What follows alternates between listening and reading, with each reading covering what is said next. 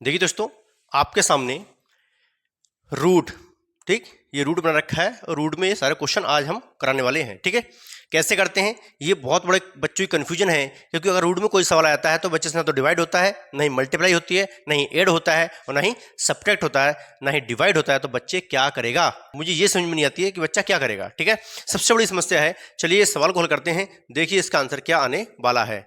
देखिए रूट में 5 है और ये भी अपॉन में रूट में 5 है, और आपको इतना पता होगा ये दोनों बिल्कुल सेम दिखाई दे रहा है, सेम दिखाई दे रहा है। देखिए इसको हम ऐसे भी कर सकते हैं, जैसे इन दोनों का रूट हटा के हम एक पे चढ़ा देते हैं ऐसे करके। ठीक है, तो 5/5 हो जाएगा। एक ही बात है, चाहे इसको ऐसे लिख लो चाहे इसको ऐसे लिख लो। ठीक है, आप 5 से डिवाइड करेंगे, 5 × 5 एक बार जाएगा।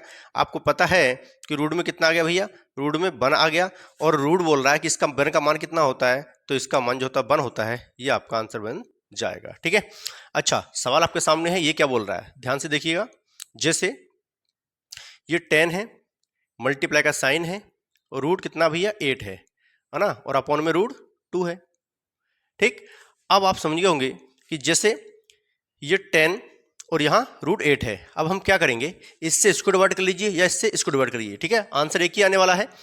तो हम एक काम करते हैं, इससे इसको डिवाइड करते हैं। कैसे करेंगे, ध्यान से देखिए, मैं इसको ऐसे लिखता हूँ, बिल्कुल सिंपल तरीके से करके बताऊंगा आपको। देखो 10 लिखेंगे, अब यहाँ मल्टीप्लाई का साइन है, इन दोनों को हम ऐसे लिख सकते हैं 8/2, और दोनों पे चढ़ा देंगे भैया रूट चढ़ा देंगे। ठीक है, बात एक है। अब हम 2 से डिवाइड कर देंगे, 2 4 8 होता है। आपको पता है हम 10 लिखेंगे यहाँ, मल्टीप्लाई रूट में कितना आ गया भैया 4 आ गया।